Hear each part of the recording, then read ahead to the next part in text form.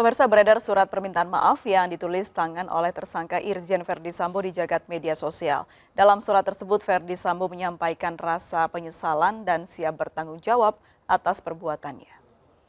Surat tulis tangan bertanda tangan di atas materai dibuat oleh tersangka Irjen Verdi Sambo. Dalam surat tersebut, Verdi Sambo menyampaikan beberapa hal, di antaranya permintaan maaf kepada rekan-rekan sejawat Polri yang turut terlibat dalam kasus pembunuhan Brigadir Yosua. Sambo juga mengaku menyesal dan siap bertanggung jawab atas semua konsekuensi. Dilansir dari sindonews.com, pengacara Verdi Sambo Arman Hanis membenarkan bahwa surat tersebut dibuat oleh Sambo. Namun pihak Mabes Polri belum memberikan tanggapan. Diketahui Irjen Verdi Sambo mengajukan surat pengunduran diri dari institusi Polri dan tengah menjalani sidang kode etik hari ini.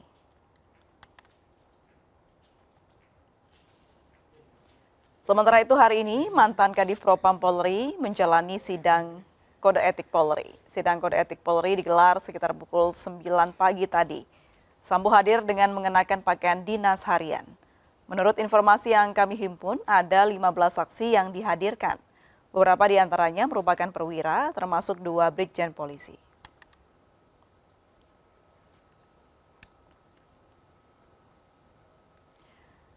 Dan pemirsa, untuk membahas mengenai surat permintaan maaf juga pengunduran diri dari institusi Polri oleh Verdi Sambo sudah bergabung bersama kami Pak Bekto Suprapto, Sekretaris Kompolnas, dan Mas Tama S. Langkun, Ketua DPP Perindo Bidang Hukum dan HAM. Selamat sore Bapak-Bapak, apa kabar? Selamat sore April dan Pak Bekto. Saya luruskan, saya bukan Sekretaris Kompolnas, tapi mantan ya, karena sudah selesai bulan Agustus tahun 2000. Ya. Oh, baru saja, baik ya, mantan Sekretaris Kompolnas. Baik, saya pertama mau ke Pak Bekto terlebih dahulu. Pak Bekto, ini melihat ada Irjen Sambo yang akhirnya mengundurkan diri dan juga meminta maaf dengan surat tertulis, tanggapan Anda seperti apa, Bapak? Yang pertama mengenai menulis surat, ya, ternyata tulisan tangannya bagus ya, sangat jelas. Itu saya pikir bagus ya, artinya dia menyadari kesalahannya, ya itu ya. Cuman apakah itu keluar dari hatinya sendiri ataukah disuruh oleh orang lain, itu kita tidak tahu. Mudah-mudahan dari dirinya, itu kan bagus. Yang kedua kaitannya dengan pengunduran diri. Pengunduran diri itu orang boleh, anggota polisi semua berhak untuk mengajukan permohonan pengunduran diri. Tinggal nanti permohonan pengunduran diri kan kepada Pak Kapolri ini bisa dituruti, bisa tidak, karena ya ini sedang berproses. Ya, berproses ada 2. Satu adalah proses pidana di mana Pak Verdi Sambo sudah dijadikan tersangka, berkas perkara sudah dikirim ke kejaksaan untuk diperiksa oleh jaksa penuntut umum. Yang kedua, untuk sidang kode etik sekarang ini sedang berjalan, ya, sedang berjalan, ya. Kaitannya dengan sidang permohonan pengunduran diri itu memang diatur, ya, diatur di dalam aturan. Kaitannya dengan aturan yang di lingkungan Polri itu boleh saja mengajukan pengunduran diri, itu boleh saja, karena ya di situ ditulis dalam aturannya kalau nanti mengundurkan diri dan disetujui, maka nanti yang terjadi adalah akan diberhentikan dengan hormat. Kalau diberhentikan dengan hormat, ya artinya Pak Verdi Sambo nanti akan mendapatkan hak-hak dia. Dia bisa menyandang purnawirawan Polri dan sebagainya. Tapi kita tidak tahu nanti Pak Kapolri akan memenuhi atau tidak. Ya, yang kedua tergantung dari sidang Komisi Kode Etik Profesi Polri. Bagaimana? Sekarang sedang berjalan, kita tunggu itu. Baik. Jadi ini belum semata-mata kalau sudah mengundurkan diri mendapatkan hak-hak sesuai yang didapatkan pada umumnya ya purnawirawan yang sudah mengundurkan diri, begitu ya Pak ya, tergantung keputusan dari pertimbangan diterima atau tidaknya surat ini. Saya ke Mas Tama. Mas Tama, Anda sebagai yang bisa dibilang mengikuti kasus ini dari awal begitu hingga saat ini, menurut Anda di saat yang tepat tidak sih ini Pak Irjen Verdi Sambo memberikan permintaan maaf secara tertulis? Ya, saya rasa boleh saja ya, artinya mengundurkan diri, permintaan maaf, tentu kita harus hargai dan kita letakkan sebagai sebuah hak dari seorang tersangka. Tapi dalam konteks penegakan hukum, kita semua tahu bahwa mengakui perbuatan kan kemudian tidak menghapuskan perbuatan pidana. Ya. Mengakui perbuatan kemudian boleh jadi bisa dijadikan pertimbangan untuk meringankan hukuman. Paling arahnya ke sana. Nah ini yang kemudian memang kita harus juga letakkan sebagai sebuah hak bagi seorang tersangka. Tapi kita kemudian juga berharap agar perkara ini bisa berjalan dengan tuntas, berjalan dengan lancar, dan kemudian tidak menjadi beban bagi Polri di kemudian hari. Ini yang menurut saya juga menjadi hal penting dan segera untuk dilakukan. Poin lainnya kan tentu saja kita tidak juga bisa melepaskan konteks mengundurkan diri ini kemudian dengan proses etik yang sedang berjalan. Kalau kita lihat kan etik itu kan tidak bicara soal benar salah, tapi etik itu bicara soal patut nggak patut, etis nggak etis. Landasannya nggak cuma hukum, ada moral di sana dan lain-lain. Artinya ini pun juga menjadi pertimbangan ketika ada seseorang yang memang dari keterangan persnya sudah mengakui apa yang dilakukan, kemudian juga sudah ada permintaan maaf. Saya rasa tentu saja mudah-mudahan ini memudahkan prosesnya ke depan. Mungkin itu, April. Baik, saya kembali ke Pak Bekto. Pak Bekto, kalau dilihat begitu banyak masyarakat yang mengomentari kenapa Pak Irjen Sambo ini masih menggunakan baju seragam polisi begitu. Banyak netizen yang geram. Ada bisa tanggapan atau alasannya, Pak? Kalau itu jawabannya adalah memang aturannya semua polisi, ya, apapun pangkatnya, apapun jabatannya, kalau di sidang kode etik itu harus memakai seragam dinas PDH. Ya, itu aturan, ya. Barangkali kalau nanti habis ini nanti diputuskan, kita tidak tahu putusannya seperti apa dan kapan, mudah-mudahan hari ini juga. Nanti kalau sudah itu diputuskan diberhentikan dengan tidak hormat, ya katakanlah ini sebagai kesempatan terakhir untuk berpakaian dinas gitu, April. Jadi karena setelah nanti diputuskan, nanti ya sidang kode etik itu tidak langsung memutuskan, tetapi rekomendasi kepada Anpum, atasan yang bergerak menghukum, yaitu Pak Kapolri. Ya, jadi sidang itu tidak langsung memecat, tapi rekomendasi pemberhentian dengan tidak hormat. Umpamanya ini salah satu contohnya. Itu ya, katakanlah ini kesempatan terakhir di samping aturan. Gitu, April. Pak Bekto, bicara soal sidang kode etik lagi begitu ya. Dengan permintaan maaf dari Irjen Verdi Sambo ini, apa juga mempengaruhi dalam jalannya sidang kode etik ini? Saya pikir tidak, ya. Saya pikir tidak banyak berpengaruh, meskipun itu bagus, harus kita akui bahwa itu bagus. Mengaku salah siapa aja kan bagus, karena banyak orang juga tidak mampu untuk mengaku salah, memohon maaf dan sebagainya. Ini sudah dilakukan oleh Jenderal FS, ya, karena sidang kode etik ini kan semua dinilai dari etika kenegaraan, etika kelembagaan, etika kemasyarakatan sampai etika kepribadian.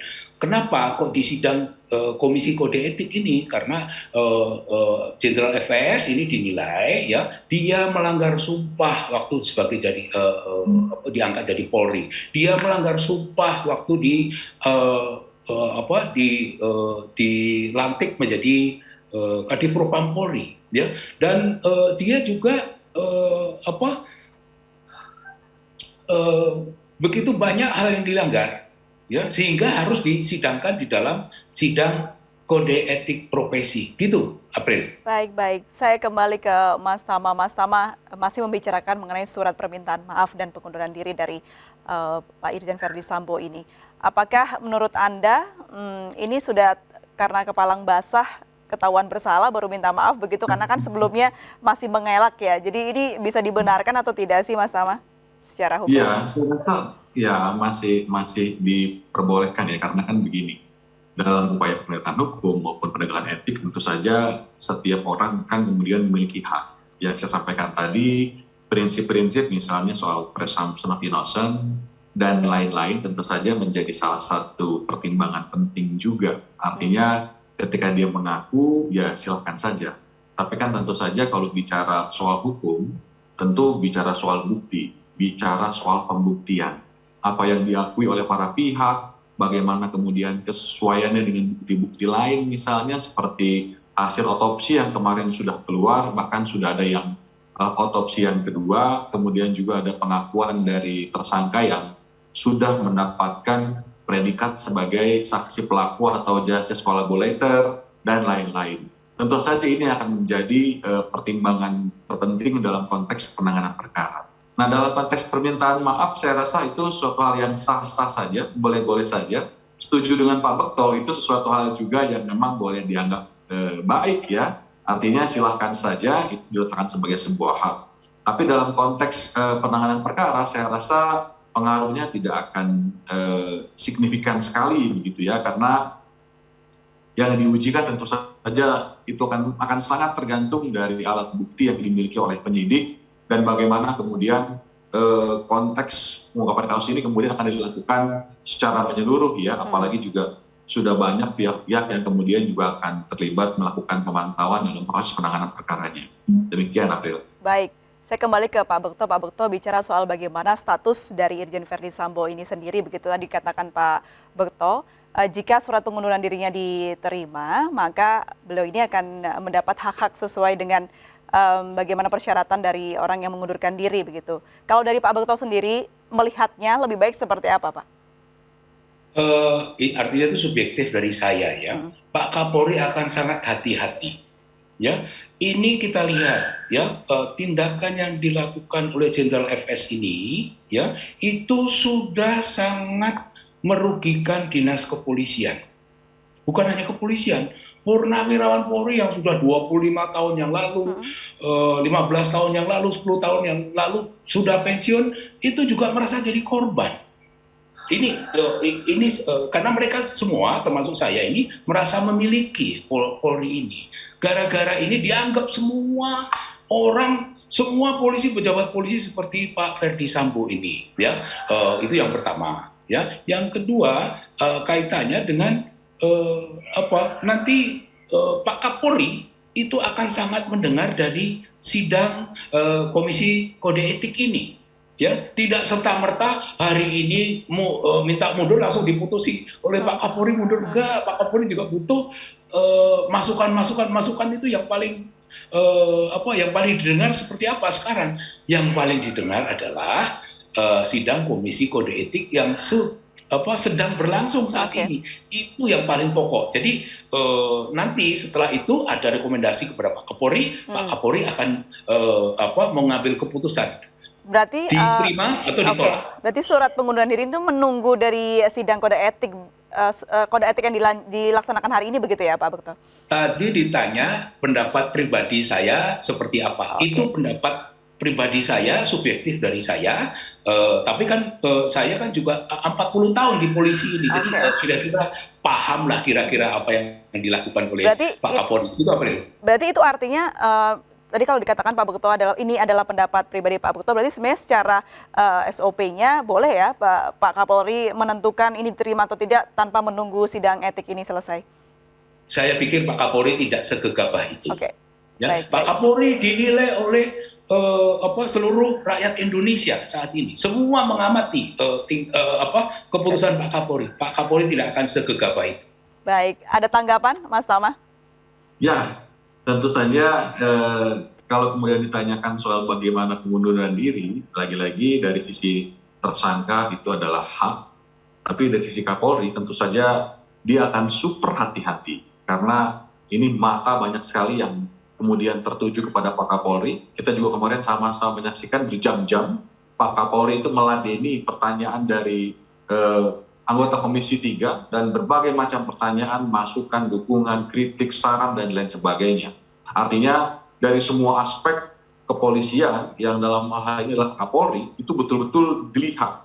Bahkan misalnya kemarin kalau kita ingat ya dalam RDP itu ditanyakan juga misalnya soal bagaimana penegakan hukumnya. Ini ujungnya akan di mana, siapa selanjutnya, apa motifnya, dan lain-lain. Nah, kemudian yang lain, bagaimana kemudian soal ada bagan yang beredar, citra kepolisian seperti apa, kemudian 97 yang sudah jalan proses etik itu kayak gimana, dan lain sebagainya. Saya sangat yakin bahwa Pak Kapolri akan sangat hati-hati. Apalagi ini juga ada jelang tahun politik yang tentu saja bisa kemana-mana, bisa menjadi sangat liar. Jadi keputusan Kapolri untuk menunda pengunduran diri atau keputusan ini kemudian mungkin menunggu etik tadi, saya rasa juga bisa menjadi rekomendasi. Artinya ketika ada keputusan yang diambil oleh Kapolri, dia punya pijakan. Apa itu pijakannya? Adalah proses etik yang kemudian sudah dijalankan sesuai dengan peraturan kepolisian nomor 7 tahun 2022. Jadi saya rasa ini juga bisa menjadi pertimbangan strategis bagi kepolisian, Pak Kapolri dalam mengambil langkah untuk menuntaskan perkara ini. Baik, dan apakah hasil sidang kode etik Sambo ini mempengaruhi proses hukum Verdi Sambo dalam kasus pembunuhan ini? Kita akan bahas ini pemirsa, tetaplah bersama kami di MNC News.